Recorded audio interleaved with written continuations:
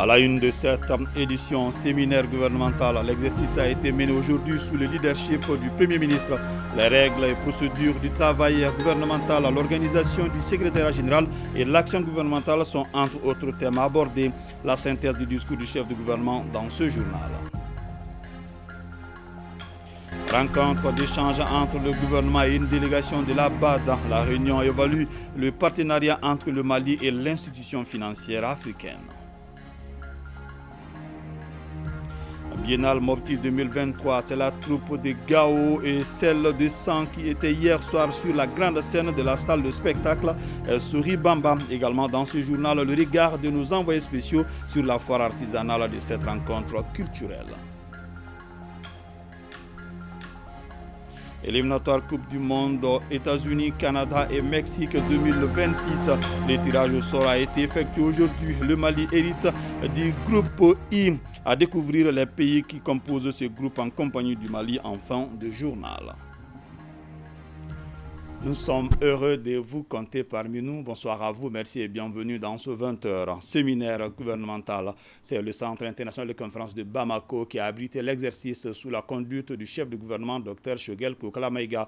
Les règles et procédures du travail gouvernemental, l'organisation du secrétariat général et l'action gouvernementale sont entre autres sujets abordés. Alou Sédine Touré. Le présent séminaire gouvernemental intervient une dizaine de jours après la formation du second gouvernement du Dr Choguel Kokala Maïga. Il vise une cohérence dans l'action gouvernementale. Au nom du président de la transition, son Excellence Assimi Goïta, chef de l'État, je vous remercie d'avoir honoré de votre présence le séminaire gouvernemental qui fait suite au remaniement du gouvernement du 1er juillet 2023. Le 4 juillet dernier, à l'occasion de notre tout premier conseil de cabinet, je vous rappelais qu'à l'arrivée, nous serons jugés aux actes sur les bases des résultats. Nous le serons également au quotidien dans notre loyauté vis-à-vis du Mali, de la chose publique, ainsi que de notre capacité à impacter positivement la vie quotidienne des citoyens à l'aune des besoins et des attentes du peuple malien. Le président nous a toujours dit cette volonté. Mesdames et messieurs, anciens comme nouveaux membres du gouvernement, je suis persuadé que vous tirez un bénéfice certain d'un séminaire gouvernemental qui a pour vocation le rappel des règles et principes de fonctionnement de la haute administration. C'est dans ce cadre que les éminents experts qui vont animer cette session d'échange rappelleront les choses que vous savez déjà pour certains, les devoirs et les obligations de la fonction ministérielle, dont le sens originel est de servir. Les sujets souvent techniques sont exposés par des experts de la primature et du secrétariat général du gouvernement. Ils ont la lourde tâche de rendre plus intelligibles les notions inscrites à l'ordre du jour. Le Premier ministre a exhorté les membres du gouvernement à intégrer les notions de solidarité, d'esprit d'équipe et surtout de prendre en compte les trois principes qui doivent guider l'action gouvernementale. Le présent séminaire est également le lieu où se renforceront la cohésion et la solidarité et où se forge l'esprit d'équipe. Vous devez travailler ensemble car toute réussite dans un département est une victoire collective. À l'inverse, toute action inachevée mettra en mal l'atteinte des objectifs communs. C'est pourquoi vous êtes invités à mutualiser vos efforts et à regarder dans la même direction. C'est pourquoi, mesdames et messieurs, je vous invite à vous approprier de façon pérenne les trois principes qui guident l'action publique au Mali que le président de la transition a édicté, à savoir le respect de la souveraineté du Mali, le respect des choix stratégiques et des choix de partenaires opérés par le Mali, la prise en compte des intérêts vitaux des populations maliennes dans toutes les décisions prises. C'est conformément à ces principes directeurs de l'action publique, l'accent sera mis, entre autres, sur la politique que nous avons définie. Nous avons appelé les 3D, à savoir défendre notre pays pour que nous ayons un pays à main. Nous avons notre diplomatie qui accompagne tout ce qui se fait en matière de défense et de développement. Et bien sûr, le développement sans lequel la population ne donne aucun sens à toute politique. À l'issue de ce séminaire, les ministres seront outillés pour mieux appréhender le travail gouvernemental avec en ligne de mire les actions de développement qui devraient désormais constituer la priorité après la défense et la diplomatie. Après plusieurs heures d'échange, le séminaire a pris fin sur une bonne note. Le Premier ministre, qui a également présidé la cérémonie de clôture, a salué les participants pour leur engagement au service du peuple. Dr Choguel Kokala-Maïga a aussi évoqué d'autres sujets dans son discours de clôture, dont le départ de la MINUSMA. Aridjou Matina. Moment de retrouvailles, le séminaire gouvernemental consiste à doter les membres du gouvernement et leur personnel de connaissances et d'outils nécessaires susceptibles de faciliter le travail gouvernemental au profit des populations. Axé sur 3 thématiques, dont les règles, procédures et principes du travail gouvernemental, le chef du gouvernement, à l'issue des travaux, se félicite de la mobilisation et de l'engagement des participants, gage de l'atteinte des objectifs. Je témoigne ceci donc ici, de l'intérêt que vous accordez à la conduite de l'action gouvernementale et surtout à l'efficacité et à la solidarité de la mise en œuvre des activités à mener. Je vous exhorte à persévérer dans cette voie, gage de la réussite de l'équipe gouvernementale. Je voudrais également remercier et féliciter les différents intervenants pour la densité des communications. Les exposés ont porté sur le travail gouvernemental. Vous êtes à présent mieux outillés dans les règles, procédures et principes du travail gouvernemental. Vous maîtrisez davantage l'organisation et le fonctionnement des secrétariats généraux et des cabinets des départements ministériels. Enfin, vous avez une meilleure connaissance du programme d'action gouvernementale. Ce séminaire gouvernemental est une occasion qui permet de contribuer davantage à la mise en œuvre de la vision patriotique et citoyenne du président de la transition, chef de l'État. Les tâches que vous êtes en train d'accomplir, ou celles qui ont été accomplies par certains de ceux qui vous ont précédés dans vos places, sont des tâches à caractère historique. L'histoire retiendra le nom de chacun d'entre vous.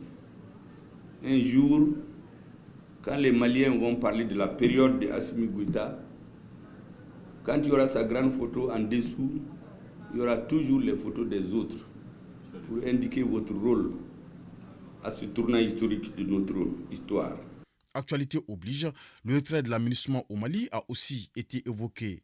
Pour le chef de gouvernement, ce retrait doit s'opérer de façon coordonnée dans le strict respect des engagements. Notre gouvernement doit veiller à un retrait maîtrisé de la MINUSMA. La voix du Mali résonne dans le concert des nations sous le leadership du président de la transition et le développement social et économique de notre pays, notamment et en urgence pour les populations liées aux forces internationales. Ces aspects continueront à occuper une place de choix dans l'action du gouvernement. L'activité gouvernementale est désormais ancrée dans les pratiques de gouvernance de notre pays. Au terme des travaux de ce séminaire, les nouveaux membres du gouvernement se sont réjouis de ce cadre de concertation et de partage. Ils disent être bien outillés pour aborder les missions à eux confiées. Nous retrouvons Aridjou Matina. Le présent séminaire gouvernemental intervient quelques jours après le remaniement ministériel qui a vu l'entrée en fonction de plusieurs nouveaux ministres. L'exercice du jour visait ainsi d'approfondir les connaissances des membres du gouvernement et leurs collaborateurs sur l'architecture institutionnelle, puis les outiller pour qu'ils puissent faire face à leurs tâches quotidiennes dans la conduite de leur cabinet, dans les relations avec les autres collègues en termes de collégialité et de solidarité. Et pour les nouveaux ministres, le cadre d'apprentissage a été enrichissant. Lorsqu'on arrive dans un séminaire comme ça, c'est extrêmement important et extrêmement utile dans la mesure où on apprend vraiment le fonctionnement interne déjà dans notre cabinet, les relations entre les ministères et également la dynamique même de tout le gouvernement. Et ce qui est intéressant, c'est qu'il y a une dynamique extrêmement positive de solidarité entre les différents ministères. Nos connaissances ont été améliorées. Une mission est une mission à mener comme il faut. C'est d'abord la population. C'est-à-dire que l'énergie est là pour la population, pas pour quelqu'un d'autre. C'est d'abord satisfaire la population, qu'elle soit rurale, qu'elle soit urbaine. C'est la satisfaction de cette population d'abord qui est primordiale. À partir de cet instant, nous avons tous les instruments organisationnels pour à la fois nous impliquer pleinement dans la mise en œuvre des missions à nous confiées par le président de la transition, chef de l'État, mais aussi pour planifier nos activités. L'action gouvernementale participe activement au renforcement de la dynamique de refondation désormais amorcée par l'État malien. Ça a été très enrichissant, surtout pour nous, nouveaux ministres. Nous avons appris beaucoup de choses, des choses qu'on connaissait théoriquement, mais aujourd'hui, avec les échanges qu'on a eus avec nos collègues anciens ministres et avec les panélistes, toutes les actions que nous entreprenons aujourd'hui s'inscrivent en tout cas dans la vision du président de la transition, j'ai nommé son Excellence le colonel Assimi Goïta, à savoir le respect de la souveraineté du pays, le respect en tout cas des choix stratégiques du Mali et la défense des intérêts supérieurs du peuple malien. Pour nous les anciens, la répétition est pédagogique. Pour les nouveaux, c'est une initiation que nous allons faire avec eux. Et donc nous avons aujourd'hui constaté que vraiment le Premier ministre a impulsé une véritable solidarité gouvernementale et cela va beaucoup dynamiser l'équipe. Audience à la primature, le Dr Choguel Kokola Maïga a reçu 2 plateformes qui soutiennent la transition avec les 2 mouvements. Il a été question des sujets intéressants à la vie de la nation. Alou Sédine Touré. Le mouvement international de soutien du Mali pour la réussite de la transition est un regroupement de patriotes maliens de l'intérieur et de la diaspora qui œuvrent en priorité pour un soutien indéfectible à la transition. Ayant participé à plusieurs manifestations de soutien à la transition, les membres du mouvement comptent organiser plusieurs autres manifestations. Le mouvement a ses antennes dans le monde entier, partout où il existe des colonies maliennes. Notre objectif, c'est de réitérer le soutien du mouvement aux autorités de la transition qui font aujourd'hui la fierté de notre pays à travers le renforcement des capacités opérationnelles de nos FAMA, la réussite et l'organisation du scrutin référendaire, la stabilisation du milieu scolaire et estudiantin sanctionné par des examens sincères et aussi et surtout le retour au compte de notre pays des unités économiques qui étaient en passe d'être bradées. Quant à la plateforme Djigui-Sémé, elle envisage d'organiser 2 grands événements pour soutenir la transition. Dire à la transition, elle est sur la bonne voie. Elle a le soutien du peuple. Nous avons envisagé des activités et en court et à long terme. Bon, donc maintenant on a déjà programmé des meetings qui sont à l'ordre du jour. Mais dans l'avenir, nous comptons nous organiser pour faire face au vrai problème de la transition, qui est l'insécurité à l'intérieur du pays. Nous allons nous engager à soutenir, à aider la transition pour que le pays sorte de cette situation. Le Premier ministre, au nom des plus hautes autorités, a remercié les 10 mouvements et les a rassurés de la détermination des autorités à demeurer attachées aux préoccupations du peuple malien. Tout ce que le pouvoir réussit, c'est avec le soutien des Maliens. C'est pour cela que le président dit souvent au ministre que le centre de gravité du pouvoir de la transition, c'est le peuple. Aussi longtemps que le peuple sera d'accord avec les autorités de la transition, ils vont aller de l'avant. On doit s'imposer par son travail, sa capacité de mobilisation, ses idées, son endurance, sa résilience et surtout l'amour du pays. Toutes les autres considérations n'ont plus de valeur. À ces 2 plateformes, le chef du gouvernement a demandé de s'investir dans la sensibilisation des populations en vue de faire comprendre les démarches et ambitions des autorités. À présent, ces communiqués de presse conformément à l'arrêté interministériel numéro 1907 du 1er juillet 2015. Le ministre des Mines informe l'opinion publique de la suspension des activités d'orpaillage sur toute l'étendue de la République du Mali de la période allant du 15 juin au 30 septembre 2023. Le ministre des Mines exhorte les autorités administratives et coutumières, les organisations de la presse ainsi que les exploitants des localités concernées à conjuguer leurs efforts pour le respect strict de cette disposition pendant la période indiquée. Le ministre des Mines sait compter sur la compréhension de tous. La sensibilisation comme arme de lutte contre la corruption, c'est l'approche choisie par l'OCLEI. La structure vient d'organiser un cadre d'échange avec les agents du ministère des Transports et des Infrastructures. C'est en partenariat avec les aéroports du Mali. Batraouri. Dans la vie de tous les jours, certaines pratiques non conformes aux règles établies existent au sein des administrations et services. Ces actes qui ont des conséquences fâcheuses sur la gestion des affaires constituent un handicap au développement économique selon le président de l'OCLEI, l'Office central de lutte contre l'enrichissement illicite. Il s'agit donc, pendant cet atelier-là, d'échanger sur des pratiques, sur des habitudes, sur des normes, sur des mécanismes existants en vos attributions respectives, dans vos services respectifs, dans vos relations avec les usagers, ensemble examiner en quoi ces habitudes, ces pratiques, ces normes ont des vertus favorables à la bonne relation avec les usagers, mais aussi malheureusement en quoi elles comporteraient des charges peut-être involontairement négatives, et ensemble envisager des pistes d'amélioration. La rencontre qui se tient à l'intention des agents du ministère des Transports et des Infrastructures est organisée en partenariat avec les aéroports du Mali. Tous les travailleurs de l'aéroport, qu'ils soient ici aujourd'hui ou qu'ils soient en service, ce sera l'occasion quand même pour eux vraiment de pouvoir au moins améliorer leur façon de faire. La corruption et l'enrichissement illicite sont constamment au cœur des préoccupations des pouvoirs publics. La tenue des états généraux sur la corruption, la restructuration des services de contrôle de l'administration et notamment les contrôles généraux et les inspections spécialisées des départements ministériels, l'institution du vérificateur général, la création de l'OCLEI et de la CENTIF procèdent de la volonté non équivoque des autorités supérieures de l'État de lutter contre les pratiques anormales qui chargent d'hypothèque le développement national.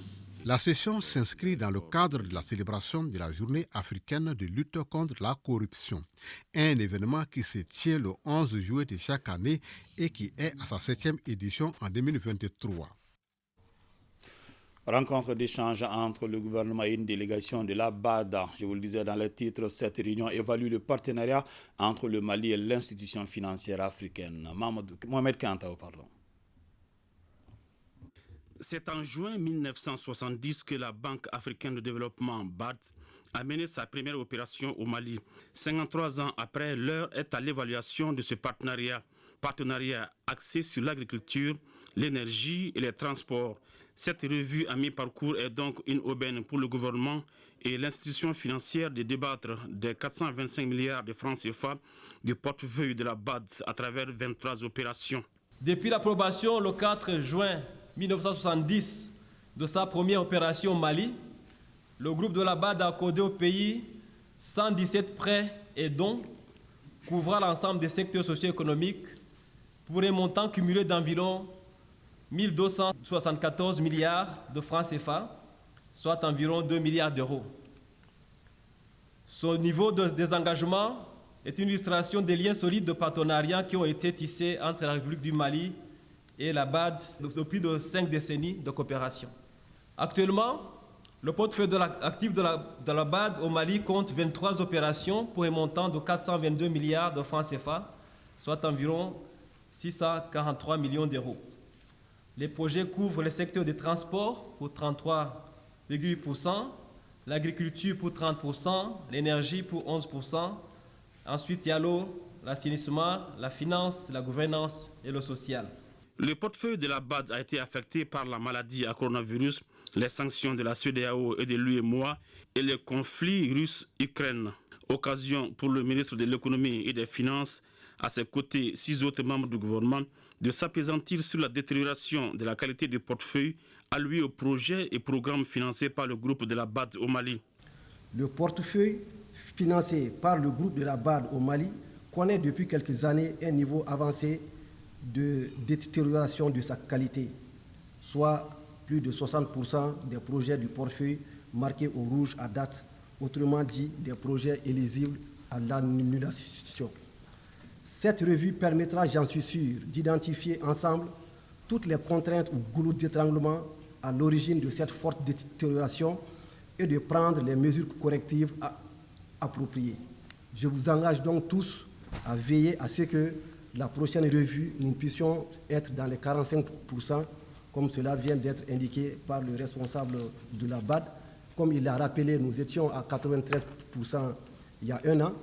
Au bout de 9 mois de travail, les équipes ont pu vraiment avancer et ont pu obtenir une bonne tendance en ramenant ce taux à 60% aujourd'hui. Les ministres concernés par le projet financé par la BAD ont apporté des éclaircissements sur le document stratégie pays. Le rappel de la stratégie pays 2021-2025 mise en œuvre à mi-parcours, la stratégie de la période restante du document stratégie pays entre 2023 et 2025 sont des thématiques exposées par des spécialistes en banque finance. À ceci s'ajoute la revue de la performance du portefeuille pays 2023 et le plan d'action pour l'amélioration de la performance du portefeuille pays 2023. C'est là afin de permettre à l'assistance de mieux cerner les partenariats entre la BAD et le Mali. Des enseignants, chercheurs, des experts et analystes spécialisés dans le domaine de la criminalité participent à un séminaire à l'école de maintien de la paix à Lune-Blondin Bay. Le dit séminaire est initié par le ministère de la Défense et des anciens combattants et ses partenaires. Fadimba Keïta. La criminalité organisée, le terrorisme et la coopération pénale internationale sont les 3 panels que présentent successivement les experts et analystes spécialisés dans le domaine de la criminalité. La criminalité organisée, c'est toute la chaîne, la structure humaine qui va fonctionner sur des ordres d'une centrale ou d'un chef et qui vont en même temps s'adonner à des activités illicites pour des gains à partager. L'espace est voulu afin de présenter l'ouvrage majeur du général Fernand Amoussou intitulé « Vaincre l'insécurité en Afrique, défis et stratégies ». C'est pour également consolider les différents modules enseignés au cours de la première période d'études. C'est pourquoi il convient de mettre les ressources humaines au début, au centre et à la fin de toute action visant la paix, la sécurité et le développement, afin de faciliter la prévention et la gestion des incertitudes au moment des prises de décision par la recherche, la formation, l'anticipation stratégique et la prospective. Le présent séminaire a été conçu et planifié pour satisfaire l'exigence scientifique d'évaluation après un chemin parcouru. L'objectif du présent séminaire, au-delà de consolider les différents modules enseignés au premier semestre, est de comprendre l'évolution du droit de punir, qui est traditionnellement considéré comme l'un des attributs de la souveraineté nationale, vers un système de plus en plus marqué par des attentes et des contraintes supranationales. Aussi, comprendre les relations bilatérales et multilatérales en termes de coopération entre différents pays en vue d'endiguer ces différents phénomènes. Le programme de master innovant et complet intitulé Master en criminalité organisée, terrorisme et coopération internationale pénale Macotec a été créé par l'École de maintien de la paix à Lune-Blondin Bay en partenariat avec l'Université des sciences juridiques et politiques de Bamako.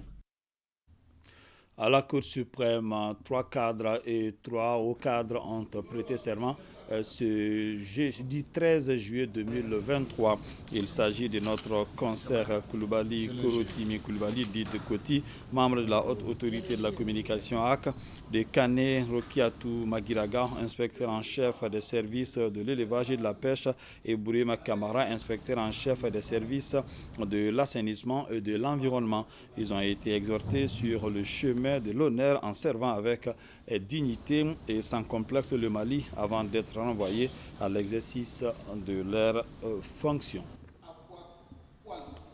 Remise de 3 véhicules pick-up à la direction de la pharmacie et du médicament. Le coût de la donation est estimé à plus de 65 millions de francs CFA. La cérémonie de remise était présidée par le ministre de la Santé et du Développement social. On en sait plus avec Koumba Sissé. Enfin, la demande en véhicule formulée par la direction de la pharmacie et du médicament DPM a été satisfaite. La structure a donc reçu 3 véhicules pick-up, tous neufs de la part de l'unité de renforcement du système de santé avec l'appui financier du Fonds mondial. Les véhicules aujourd'hui constituent la première phase d'un long processus dont nous avons bénéficié de la subvention du Fonds mondial. Et cette subvention, à travers le NFM 3, a permis de réaliser toutes ces acquisitions, mais nous comptons nous inscrire également dans cette dynamique-là pour permettre quand même de doter notre pays d'un plateau technique adéquat pour lui permettre de répondre, n'est-ce pas, à la satisfaction de la population. À la DPM, cette donation doit répondre à certaines insuffisances dans le domaine de la chaîne d'approvisionnement des médicaments. C'est un réel besoin qui a été exprimé, entendu, et aujourd'hui nous sommes dans la phase de réception. Je remercie d'abord le département pour son appui. Je remercie tous nos partenaires qui ne cessent de nous accompagner pour la réalisation de nos missions, sans quoi nous ne pourrons pas être au rendez-vous par rapport à l'objectif de rendre disponibles et accessibles les médicaments de qualité à la population malienne et d'assurer l'usage rationnel. Le financement C19RM du Fonds mondial est un appui qui renforce le système de santé au Mali. Et à travers ce financement, environ 65 400 000 francs CFA ont été injectés dans l'achat de ces véhicules.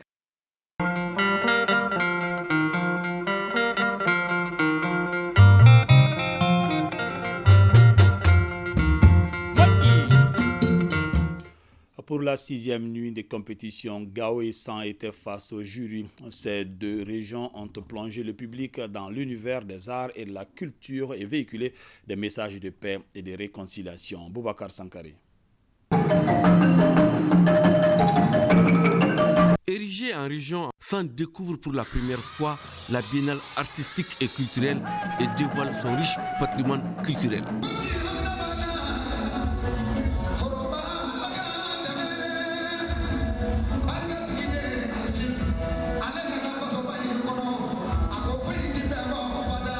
La pièce de théâtre porte sur un conflit foncier entre 2 villages voisins, mais l'affrontement a pu être évité grâce à la bravoure de 2 jeunes dames. Si vous ne voulez rien comprendre, nous nous sacrifierons. L'ennemi n'est pas loin, il est aux abois, il est partout, il est parmi nous, il est parmi vous. La danse traditionnelle, le Péou, puisée du trésor culturel de Barmandougou, est organisée chaque année pour implorer Dieu en vue d'une bonne pluviométrie.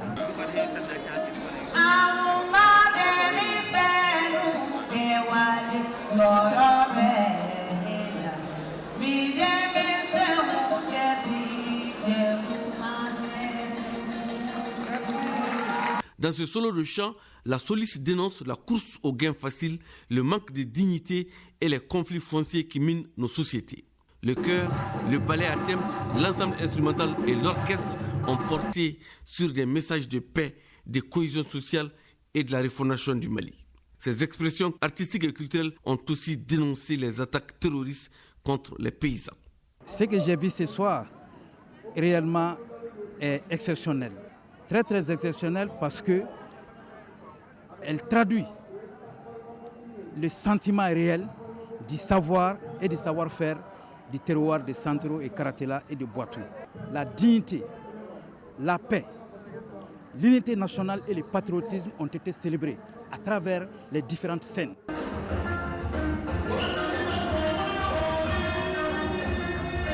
Direction Gao, la cité des Eskia, un habitué des semaines nationales et des biennales.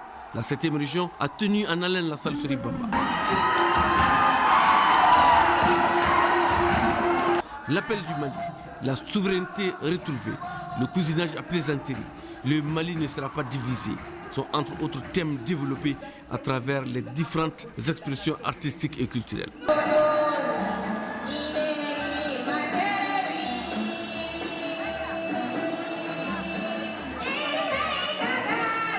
C'est des thèmes qui sont à jour par rapport à notre souveraineté, par rapport à la cohésion sociale dans notre pays, par rapport à l'entente des élites politiques pour relancer vraiment le développement de notre pays.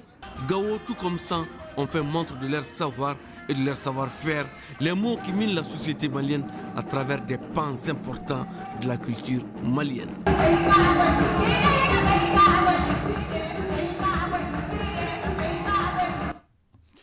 Encourager et découvrir le savoir-faire des artisans venus de plusieurs régions du Mali pour animer les stands à la Biennale artistique et culturelle. C'est le centre d'intérêt de la visite de terrain initié par le gouverneur de la région de Mopti, accompagné d'une forte délégation régionale. Omar Meiga. La Biennale artistique et culturelle Mopti 2023, c'est aussi la foire artisanale. Ici, à la Maison des artisans, plus d'une cinquantaine d'artisans partagés entre le textile, la maroquinerie, la poterie, j'en oublie volontiers, se côtoient nuit et jour pour vendre l'image de leurs régions respectives à travers leur savoir et leur savoir-faire au grand bonheur des populations. La culture malienne est un puits insondable. Et le tour d'horizon de ces différents stands vient de prouver à juste titre. Nous avons des savoir-faire et le potentiel est inestimable. On a vu les gens qui sont venus de Djéné, du Sénégal, de Koro, de Bankas, de partout du Mali, de Bamako et les stands. Ce qui est encore la plus-value, il y a un impact économique certain. De la taille de pierre au confectionnement des colliers, à la couture, à la poterie, c'est vraiment un savoir-faire insondable. Je valide et la culture malienne est riche. C'est avec une très grande satisfaction que nous avons visité les stands. Et les artisans qui occupent ces stands-là, vous avez entendu ce qu'ils ont dit. Ils souhaitent même le prolongement ou sinon même le rallongement du délai. Et d'ailleurs, ce qui a été acté par M. le gouverneur. Et nous sommes très contents et en tant que département en charge de l'artisanat pour cette exposition artisanale en marge des festivités de la Biennale artistique et culturelle Mopti 2023. Le gouverneur de la région de Mopti, à la tête d'une importante délégation régionale, et le secrétaire général du ministère de l'Artisanat, de la culture, de l'industrie hôtelière et du tourisme ont fait le tour des stands d'exposition pour découvrir le génie créateur des artisans. En plus de son caractère festif, la Biennale artistique et culturelle est un facteur de développement socio-économique. Les artisans se frottent bien les mains à la Biennale Mopti 2023. Depuis une semaine, près de 150 stands sont disponibles sur des sites. Chacune des foires propose des produits et articles de l'artisanat de nos régions du Sénégal et du Burkina Faso. Nos envoyés spéciaux Moïse Traoré et Issa Konaté ont parcouru les deux marchés. Le kassa ou boubou à base de laine coûte entre 50 et 150 000 francs selon le modèle. Cette étoffe fait partie des articles prisés aux deux foires de la Biennale artistique et culturelle, tout comme les chapeaux des pasteurs peuls. Les boucles d'oreilles en or massif et autres artifices de beauté ou d'ornement sont également demandés. Ah, ça va un peu. Ça va un peu. Ça va un peu, vous avez fait 10% ou 50% Non, je peux dire au moins c'est 20 ou 30%. Je vends ça à 7 500. On compte un Sénégalais sur la quarantaine d'exposants du village artisanal. C'est au quartier Tombouctou-Koura, route de Sévaré. Certains exposants se frottent les mains aujourd'hui. À Mopti, quartier Gangal, sont disposés 90 stands où encore dominent les produits de l'agroalimentaire. Ça nous a apporté beaucoup de choses parce qu'on gagne beaucoup aujourd'hui. On vend beaucoup et il y a des relations qu'on trouve aussi. Masques, statuettes et sculptures en bois du pays d'Ogon font partie du riche patrimoine. Au niveau local, l'antiquaire est un conservateur recherché. Ce que je vends aussi à 5 000, je fais 3 000. Donc ça trouve vraiment, Dieu merci, je vends un peu. Vraiment, je remercie bon Dieu. J'ai dit au nos jours, vraiment ça va. Il y a certains parmi eux-mêmes qui font le commande à chaque 2 jours, Bayangara ou Djéné ou Douanza ou Tombouctou pour que les produits puissent venir. Parce qu'ils ont tout vendu. 2 des exposants de ce second site arrivent du Burkina Faso et du Sénégal.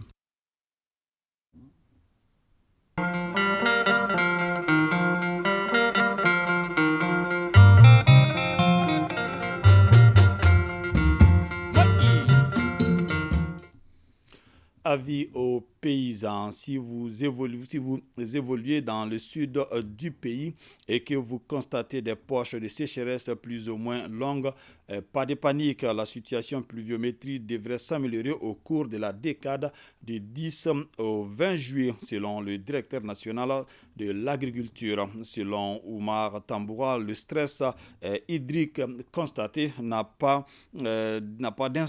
pour l'instant beaucoup d'incidence sur l'évolution des cultures. Il l'a dit à Yaya Konaté dans l'émission L'invité de la semaine. Je vous propose de suivre un extrait de cet entretien. Les poches de sécheresse, de façon globale, c'est beaucoup plus accentué au sud parce que là-bas, les gens ont commencé à faire installer la culture. Mais par contre, pour la bande sahélienne et les autres parties du pays, les cultures seront installées pratiquement à partir de mi-juillet. Donc à ce niveau-là, il n'y a pas d'inquiétude pour le moment. Et quand on se réfère aux prévisions de la météo, les pluies normalement doivent être reprises au cours de cette décade-là. Et ça va permettre d'accélérer les opérations de semis et aussi de suivre l'installation de ces cultures de façon favorable. Alors, mais est-ce que de votre avis, de l'avis des techniciens que vous êtes, il y a lieu de s'inquiéter pour les paysans du Sud qui connaissent ces poches de sécheresse aujourd'hui? Bon, pour nous, pour le moment, cette poche de sécheresse n'a pas affecté de façon très très négative les cultures. Le niveau de réalisation est assez satisfaisant et aujourd'hui, on observe pratiquement tous les stades végétatifs. Par exemple, les semis qui ont été réalisés au cours du mois de mai, donc à ce niveau, les cultures ont amorcé la phase de montaison. Il y a aussi des cultures qui ont été réalisées pratiquement pendant fin juin. Là, on constate la levée pour ces cultures-là. L'invité de la semaine à suivre donc après la page PMI. Dans un communiqué de presse déposé à notre rédaction, le Redécoman s'est dit profondément préoccupé par la récurrence de l'effondrement des bâtiments dans le district de Bamako et périphérie depuis un certain nombre d'années. Le dernier en date a concerné le 30 juin 2023, le bâtiment contigu à l'immeuble où siège de l'ONG PECI à l'ACI 2000. Malheureusement, chaque cas enregistre son lot de dégâts matériels, des blessés et souvent même des pertes en vie humaine. Les conclusions qui reviennent après chaque enquête sont les suivantes. Non-respect des normes de construction, mauvaise qualité des matériaux, fer à béton, ciment, etc. Ces pratiques frauduleuses dans le domaine des BTP fragilisent la résistance et la durabilité des infrastructures et mettent en danger la vie des paisibles citoyens consommateurs. Devant la persistance du phénomène, le Redécoman appelle les autorités à plus de rigueur dans l'application des textes et règlements qui encadrent le domaine. Un mot de sport, éliminatoire à Coupe du Monde, États-Unis, Canada et Mexique 2026. Le tirage au sort a été effectué aujourd'hui. Le Mali hérite du groupe I. Découvrons les pays qui composent ce groupe en compagnie du Mali avec Abdul Karim Kaba. Le Ghana, Madagascar, la République centrafricaine, les Comores et le Tchad sont les adversaires du Mali logés dans le groupe I des éliminatoires du Mondial 2026 qui aura lieu pour la première fois dans 3 pays, les États-Unis, le Canada et le Mexique. Figurant dans le chapeau 1, c'est-à-dire les 10 meilleures équipes du continent, le Mali hérite de la poule I. Le coup doit être jouable. C'est jouable. Le Ghana, par le passé, vraiment, on avait du mal à les gagner, mais on a eu la chance de renverser la tendance. 2 fois, on a terminé 3e d'Afrique et 2 fois, on a gagné au Gabon 2012 et en Afrique du Sud 2013. Mais Afrique du Sud 2010, pour la Coupe du Monde, ils nous ont gagné au 26 mars 2-0. Avec Soule Muntari, Michael Essien, c'était face à Frédéric Oumar Kanouté, Djila Diarra et Seydou Keita. Les générations ne sont pas les mêmes, c'est vrai. Ces derniers temps, le championnat même ghanéen a du mal, même sur le plan continental interclub. On a vu le Real a gagné le House of Folk ici avant de rentrer en phase de poule. Donc vraiment, le coup est jouable là-bas. Dans ce groupe I, les Aigles du Mali peuvent bel et bien sortir de l'eau à condition de s'y prendre tôt et avec les moyens qu'il faut. En clair, une bonne préparation. Aujourd'hui, je pense que le Mali est un pays à craindre dans le domaine du football. Et nous, n'importe quel groupe, on va aller chercher en tout cas cette qualification, terminer premier de notre groupe. Et il ne faut pas minimiser non seulement le Ghana, Madagascar, Centrafrique, Comores, Tchad. Je pense qu'aucune de ces équipes n'est à négliger. Voilà, on va jouer le gazon est vert pour toutes les équipes, mais je pense quand même que nous, on va terminer premier de notre groupe. Pour cette édition 2026 du Mondial, il y aura 48 équipes pour la première fois au lieu de 32. Cet élargissement va permettre au continent africain d'envoyer 9 à 10 représentants contre 5 auparavant. Le format de qualification évolue et les 54 nations en lice vont être réparties en 9 groupes de 6 équipes chacun. Les premiers de chaque groupe valideront leurs billets pour la phase finale, tandis que les 4 meilleurs deuxièmes s'affronteront dans un mini-championnat qui permettra aux vainqueurs de prendre part aux barrages intercontinentaux. Page noire, décédé le mardi 11 juillet à l'âge de 71 ans, Mamadou Kabirou Ndiaye, docteur et ingénieur agronome, a été conduit hier en sa dernière demeure. Chercheur et haut cadre de l'État, Dr Ndiaye a consacré sa vie au développement du secteur agricole au Mali et en Afrique. Boukari Koulibaly. Le docteur et ingénieur agronome émérite Mamadou Kabirou Ndiaye nous a quittés ce mardi 11 juillet à l'âge de 71 ans des suites d'une maladie de courte durée. Né le 15 mars 1952 à Kaïmédine dans la commune de Hawa Dembaya, Mamadou Kabirou est détenteur d'un diplôme en ingénierie des sciences appliquées, spécialité agriculture de l'Institut polytechnique rural de Katibougou en 1971. En 1987, il décroche un doctorat en agronomie à l'Institut national polytechnique de Toulouse en France.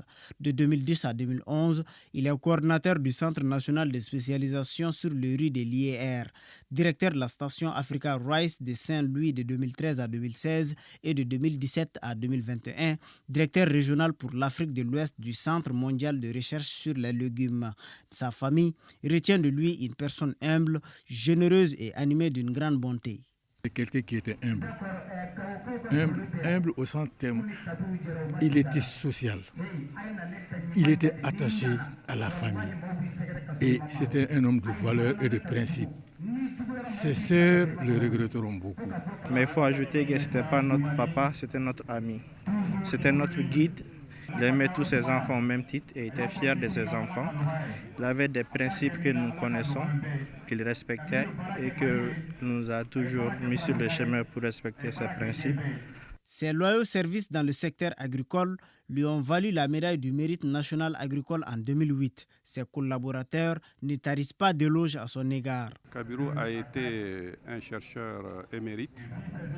Il a contribué largement à l'intensification de la riziculture au Mali et également, comme je le dis, en Afrique de l'Ouest et en Afrique.